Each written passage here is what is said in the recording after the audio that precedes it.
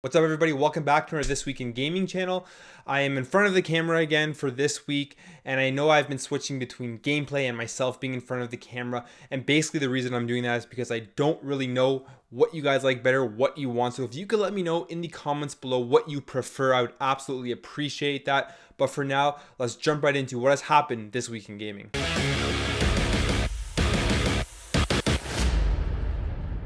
So the week started off pretty slow. Besides what I talked about in my previous video about the PlayStation Classic coming out, there wasn't too much at the beginning of the week, but then really we got a lot of news at the end, and a lot of the stuff came out about PlayStation. One of them being that PlayStation Now will now allow you to download your games to your PlayStation 4 rather than always streaming. Now this puts it a lot more in line with the Xbox Games Pass service, where you can download games, play them offline, play them pretty much whenever you want, and not having to rely on a good internet connection to play them.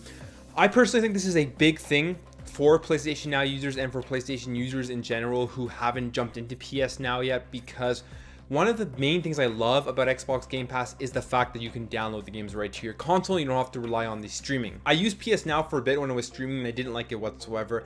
I have a decent internet connection, but I still found there was a little bit of graininess in the graphics, as well as it did at times lag a little bit. And I'd much rather have the games right on my hard drive so that I can play them right off of my console. Now the PlayStation Now service will allow you to download PS4 games as well as PlayStation 2 games that have been remastered for the PlayStation 4.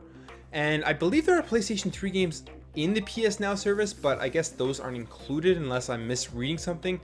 And this could be because it is so hard, I believe, to emulate the PlayStation 3 that they couldn't even do it on the PlayStation 4. I don't know, I'm just guessing at that just because I know of how different the architecture was for the PlayStation 3 when it came out, and how developers had a hard time developing games for it. Because if you remember again, when the Xbox 360 first came out, there were games that were in higher resolution for the 360 over the PlayStation 3 just because it was easier to develop for. So maybe that's the reason, maybe not, and maybe they will come in the future. I don't know. If you have PlayStation Now, let me know what you think about it, and if you're excited that you can now download them. So to nobody's surprise, Spider-Man is now the fastest selling game in PlayStation history. There was so much hype surrounding this game, and it sold 3.3 million copies within its first 3 days. And it also broke another record by having 1 million copies pre-ordered, which is something that Sony's never done with the game before. It's absolutely crazy, but it's very, very well deserved. It is a really fun, amazing open world game. And one of the reasons, well, I think the main reason why this game has sold so well is because over generations of consoles, people have always loved Spider-Man games. They've always been good, they've always been fun, but over the last little while, we haven't got a good Spider-Man game to quench that thirst of wanting a Spider-Man game on a console, and this game just did everything perfectly. The story, the swinging, the fighting, everything about it is just an amazing game. It is something that I'm going to keep in my collection for a very long time because I'm going to want to continuously go back to it and play it some more. Whereas other games where I've beaten the story, I don't really want to go back to them. But this one, I want to complete everything in every district of the city. If you haven't played it yet, you have different districts of New York. And in these districts, you have a bunch of things you have to do. And it's really fun just going around the districts and completing everything to 100%. It is definitely well deserving, and I'm not surprised at all that it has sold so well. Let me know in the comments below if you've played Spider-Man and what you think about it. So as we know, this week, the PlayStation Classic was announced. And back in July of 2017, Nintendo filed for the N64 patent, which everybody believed that it would be used for an N64 Classic, and it probably will be eventually, maybe this year, maybe next, who knows. But it finally got approved, meaning that they can definitely go forward with that plan if that's what Nintendo was planning on doing. And me personally, if they came out with an N64 Classic, I would definitely pick it up.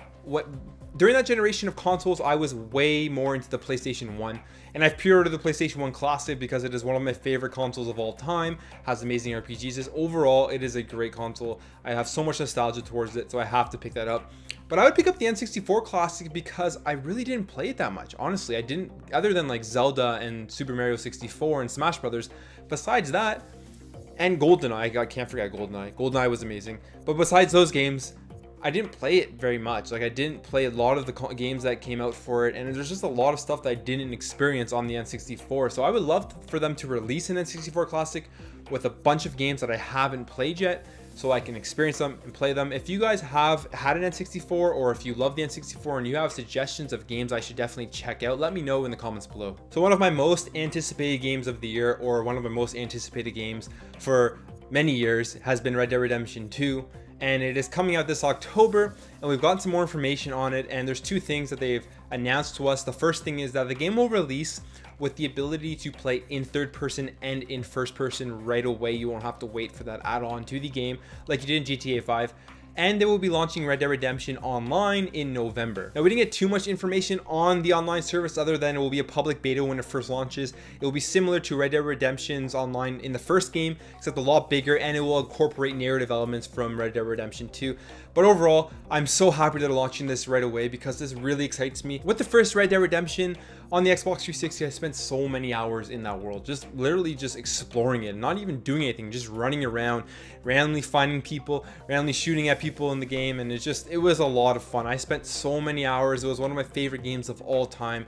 And I can't wait to see what they do with the online with the Red Dead Redemption 2. I'm sure I'll probably waste away so many hours of my life in it. And I'm excited to do that because I love the first one so much, and I just did so much random crazy stuff in it. I just can't wait if you can't tell. But let me know in the comments below if you're excited for Red Dead Redemption 2 and if you will be playing it online. This week marked the launch of the Nintendo Switch Online service, which lets you play games online, gives you access to NES games which you can play online. I haven't really experienced it. I haven't purchased a month of it yet. I'm not really excited about the Nintendo Switch Online service, but I am going to eventually check it out to see how the NES games work online. If you've tried it out, let me know in the comments below how the NES games run online, if there's lag, if it's fun, just any of that. I would love to know. But yeah, it is out now if you want to download it, if you want to subscribe to the Nintendo Switch Online. So it looks like PlayerUnknown's Battlegrounds will finally be coming over to the PlayStation 4 because the game was spotted on a Korean rating board for the PlayStation 4. This isn't a surprise. They've been in talks with Sony, I think, for about a year now about bringing the game over. So eventually they would bring it over. And it was exclusively released just for the Xbox One. But to me, this is pretty big, but not that big because we have Call of Duty Blackout coming out in less than a month, in 2 weeks, I think, 2 or 3 weeks.